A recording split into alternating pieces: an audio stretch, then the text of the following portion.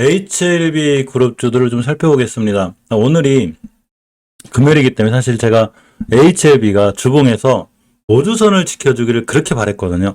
못 지켜주더라고요. 못 지켜주고 있고, 전체적으로 지금 HLB 제약이나 HLB 테라피틱스, HLB 글로벌은 지금 중요한 자리를 다 이탈하고 내려오고 있기 때문에 실질적으로 추세가 굉장히 깨져 있어서 신규로 매수한다거나 분할 매수한다거나 그러면 안 되고 무조건 관망해야 되는 이런 상황까지 되어 있습니다. 자, 또 하나가 좀 중요한 게, 지금 사실 HLB는 나노코박스가 문제가 아니라 리보세라닙을 잘해야 돼요. 그래서 리보세라닙이 승부를 놔야 되는 회사고, 실질적으로 백신을 개발하고 있는 우리나라 SK바이오 사이언스라든가 또 나노젠 3대 주진 넥스사이언스 같은 경우 HLB 글로벌 같은 차트들이 많이 무너지는 게 꼭 우리나라만 그런 것도 아니고 전체적으로 백신 관련주들은 이제 많은 하락의 길을 걷고 있어요. 예전에 뭐 지금 위드 코로나도 다 됐고 다 거리두기도 풀리고 이렇게 돼 있기 때문에 진단키트라든가 백신 개발 관련주는 전체적으로 보면 엄청난 우하향 걷고 있죠. 셀리드도 그리고 뭐 SK바이오 사이언스 그 전체적으로 전부 다 엄청나게 우하향의 길을 걷고 있습니다. 그만큼 나노코박스라든가 백신에 대한 이슈로다가는 더 이상 주가에 대한 어떤 좋은 효과로 작용하기 어렵고, 결론적으로 얘기하면 리보세라닙에 대한 이슈가 좀 있는 게 좋습니다. 지금까지 설명드린 걸 토대로 똑같이 해석하시면 돼요. 자, HLB를 보면 다음 주가 특히 이번 달 말이죠. 이번 달 말 종가상 절대적으로 전저점 깨면 안 되는 거예요. 그 어떤 어려운 지표도 필요 없어요. 전월의 저점이 28,600원이고 전달에도 28,400원이었기 때문에 이런 친구들도 만약에 28,000을 이탈하게 되면 완벽히 추세가 깨져요. 추세가 우하향 중인 거예요. 엄연히 객관적으로 우하향 중인 거예요. 지금 우하향 중인데 다행히 옆으로 가는 것뿐이에요. 이게 그나마 다행이고 이전 저점 떼게 되면 크게 위험해질 수 있습니다. 주봉을 좀 보시게 되면 원래 이번 주에 완벽하게 추세 전환과 턴이 됐으면 좋겠는데 아직 안 돼 있고 다행인 거는 MACD 오실레이터 자체가 좀 줄고 있기 때문에 매도세가 강하진 않아요. 그렇지만 제가 보는 선반영은 항상 선차트 휘누스고 그러고 거래량이 선반영이 돼야 되는데 MACD 오실레이터는 유일하게 제가 선반영으로 잘 안 봐요. 딱 하나 보조지표로 쓰는 게 이 친구 하나예요. 자, 오늘 금요일인데 정확하게 5선 전환과 턴을 못 해줬기 때문에 역시 다시 한번 다음 주에 5주선의 전환과 턴을 기다려야 되는 이런 상황입니다. 아직은 5선 돌파를 못 해주고 있기 때문에 이격은 모일 수 있지만 다음 주에 다시 저점 이탈하면서 28,400원을 깼다. 그러니까 이격이 벌어지면서 계속 깨져요. 이거는 어떤 뭐 자료나 뉴스 필요 없어요. 전저점 이탈은 굉장히 위험하기 때문에 전저점 이탈 현상에서 봐야 되고, 이렇게 가격 조정, 기간 조정이 이루어진 상황. 자, 이렇게 이루어진 상황에서 이렇게 길게 기간 조정하고 있죠. 이런 자리들을 이탈하지 않아야 이렇게 옆으로 가게 되고 결론적으로 주봉에서 이격이 깔끔하게 모이게 되는데, 이격이 깔끔하게 모여서 20선까지 완벽하게 돌파 안착해놓을 때까지는 역시나 아직은 추세가 불안합니다. 오늘 시장이 끝났기 때문에 공매도 상황도 잠깐 볼게요. 공매도 추이를 봐도 좀 늘어났죠. 다시 15%대로. 시장하고 걔를 같이 하는데 특히 제약바이오주가 안 좋으면서 역시 공매도가 15% 늘어나고 있고, 아까 영상 제가 시작하자마자 말씀드렸지만 지금 공매도가 사상 최대예요. 지금 공매도가 사상 최대인데 아까 말씀드렸듯이 우리나라에서 공매도를 할 수 있는 종목이 코스피 200, 그죠? 코스피 200이고 또 하나가 코스닥에서는 코스닥 150이에요. 여기에만 공매도를 할 수 있게 지금 부분 허용을 해놨습니다. 이게 부분 허용을 해놨는데 이 부분 허용된 부분에 있어서 외국인들이나 누가 됐든 공매도를 최고 많이 치는 섹터 중에 하나가 바이오예요. 특히 바이오에서 시총 상위 중에 항상 있는 게 셀트리온 헬스케어고 또 하나가 HLB하고 HLB 생명이기 때문에 공매도 타겟이 돼요. 그래서 주가가 그냥 지지부진하고 힘든 게 이런 상황이고, 꼭 공매도가 아니더라도 지금 시장이 불안하고 양적 긴축이라든가 미중시가 무너지거나 우리나라 증시가 무너지고 달러가 저렇게 1240원까지 올라가야 되는 시장이 불안하게 되면 역시나 바이오우주 전체 섹터가 큰 타격을 받습니다.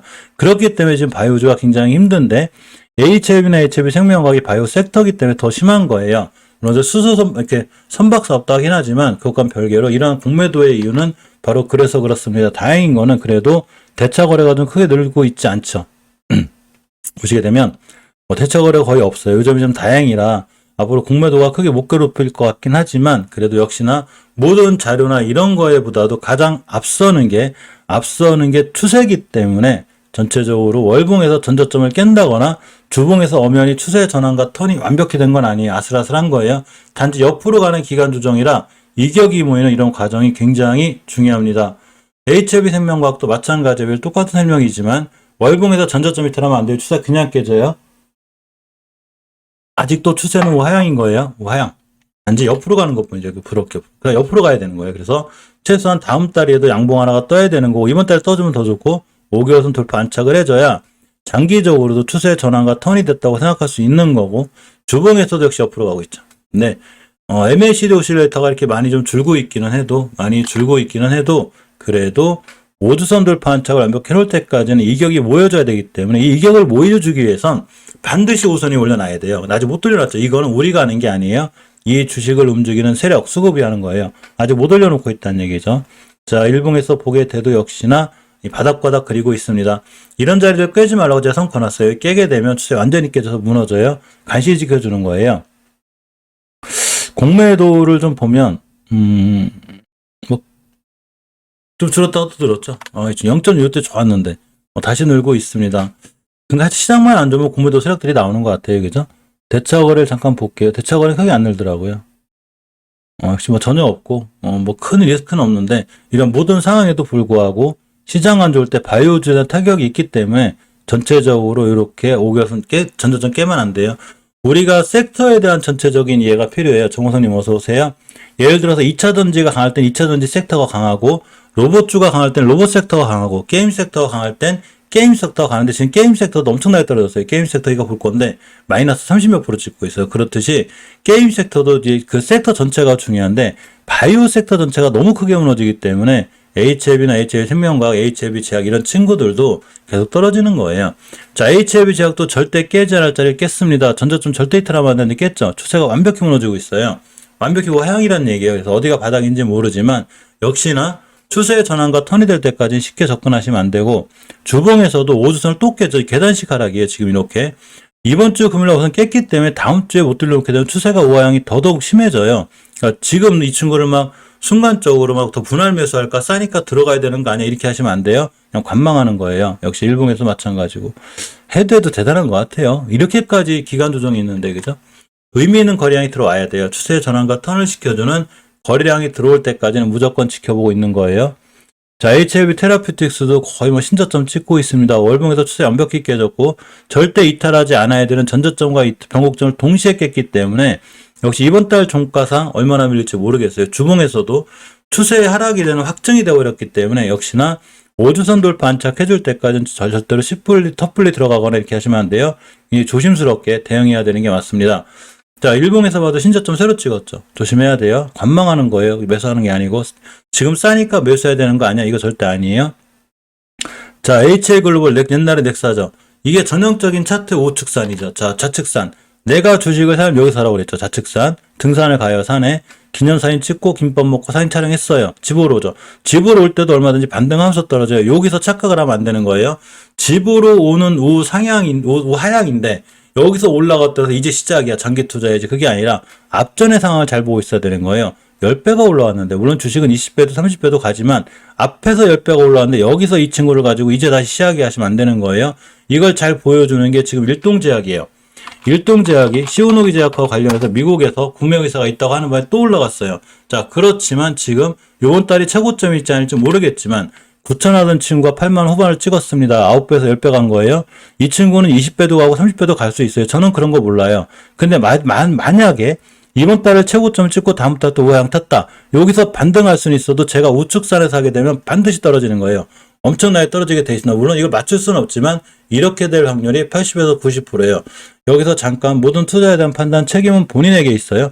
제가 넥사 말씀드린 대로 H글로벌도 제가 분명히 경고했어요. 이때 떨어질 때 계속 우상향이고 여기가 1차 목표가가 되고 여기서 떨어지면 계속 떨어질 거다. 특히 20개월선 깨면 굉장히 위험하다고 그래서 떨어졌죠. 이렇게 되는 거예요. 이렇게 되는 게 높기 때문에 그린 거예요.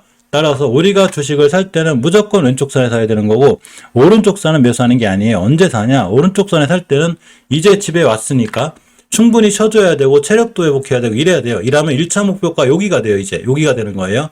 맞고 떨어지고 돌파 이렇게 돼요. 시간이 꽤 걸리죠. 특히 앞전에 제가 소스 쫀 영상에도 올려놨는데 누군가 강한 거래량을 뚫어주는 여기 매물대를 깨면 안 되는데 깼죠. 깨니까 여기가 앞으로도 저항선이 돼요. 따라서 지금은 이 친구도 신규로 매수한다거나 이렇게 할 친구가 아니고 무조건 관망하고 기다렸다가 주봉 같은 데서 추세 전환과 턴이 되는 그 상황이 제일 중요해요. 우리가 여기서 MACD 오실레이터 공부 하나 하고 갈게요. 이 MACD 오실레이터라는 건 매수와 매도의 힘의 균형을 보여주게 되는데 매수와 매도의 힘의 균형을 보여주게 돼요. 그래서 저 파란 게 줄어든다는 얘기는 매수가 강해지는 거고 빨간 게 늘어난다는 얘기는 매수가 강해지는 거예요. 파란 게 늘어난다는 얘기는 매도세가 강해지는 거예요. 또 파란 게 줄어든다는 얘기도 매수가 강해지는 거고 즉 요렇게 파란 게 줄어들면 그나마 매수세가 들어오는 거고 요렇게 매도세가 약해지는 거예요. 단 여기서 한 가지 후행성이라고 그랬죠. 위험한 게 있어요. 어떤 게 위험하냐? MACD 오실레이터라는 게 이렇게 빨간 게 올라가다가 이렇게 횡보하다가 두 번째 올라갈 땐 굉장히 강해요. 거꾸로 떨어질 때 마찬가지로 파란 게 이렇게 떨어지다가 횡보하다가 다시 한번 2차적으로 떨어졌다. 요건 굉장히 강한 매도세가 되고 엄청난 위험한 탄력을 받게 되는데 요렇게 두 번째 늘어나고 있죠. 다시. 요게 위험하다는 얘기예요. 요게. 이렇게 다시 늘어나면 안 돼요. 올라갈 때 쉬었다가 또 올라가면 아주 강력하듯이 떨어질 때 이렇게 딱 올라가면 굉장히 위험해요. 그거는 지금 H1B 글로벌을 마냥 편하게 보기가 굉장히 힘든 상황이 됩니다. 물론 주식은 언제까지만 떨어지진 않아요. 또 언젠가 돌아 나가겠죠. 삼성전자도 계속 떨어지지만 않겠죠. 아까 말씀드렸죠. 계속 떨어지고 있죠. 추세가 깨져 있기 때문에 그래요. 우하향이니까 마찬가지로 언젠간 돌아 나가겠지만 내가 사고자 하는 위치가 최소한 추세가 하향일 때는 안 되는 거예요. 멈춰주고 돌아 나갈 때 가능합니다. 자, 노터스죠. 유일하게 추세가 우상향으로 유지가 돼 있고 절대 깨지 않아야 될 5개월선을 지켜주고 있습니다. 앞으로도 이런 자리 이탈하게 되면 안 돼요. 장기적으로 추세 깨지고 월봉의 전고점에 대한 부담감은 있기 때문에 여기서 차익 실현하는 게 맞긴 하지만 중기적인 추세도 안 깨고 있죠. 제가 선을 거놨어요. 오늘이 금요일인데 이 자리 깨지 않았죠. 다음 주에도 여기를 깨면 안 되고 다음 주에도 5선을 깨면 안 돼요. 5주선이 점점 올라가겠죠. 다음 주는 요 정도 될 거야 아마. 이런 자리를 깨지 않는 게 중요하고 일봉에서 쉽게 매수매도 타이밍 잡을 때 제가 이때부터 말씀드렸죠. 240은 뚫어줄 때가 제일 좋았고 나가 올라가니까 굳이 내가 매도하고 싶다. 그러면 전고점이나 21선 깰 때 이럴 때 하시는 게 제일 좋아요. 그래서 어디까지 갈지 모르니 전고점 근처에서 50% 차익 실현하고 21선 깰 때 나머지를 하는 게 분할 매도의 정석이지 않나 이런 생각을 가져봅니다. 자, TX 넥스젠을 잠깐 보면 이제 HLB 파워인데 뭐 좀 떨어졌죠. 이 친구 월봉에서는 아직은 괜찮아요. 자, 그쵸. 말씀드렸죠. 항상 5개월선, 20개월선 메이트 하자면 되고 당연히 이것 경우 위험해지기 때문에 매수를 하더라도 이런 근처 매수가 되고 주봉에서 중기적으로 조정이 들어왔습니다. 전 찍었죠. 오늘 안 깼기 때문에 다음 주부터도 20주선만 안 깨게 되면 추세가 이쁘게 돌아나갈 수 있어요. 상황은. 근데 바이오 섹터이기 때문에 위험한 거예요.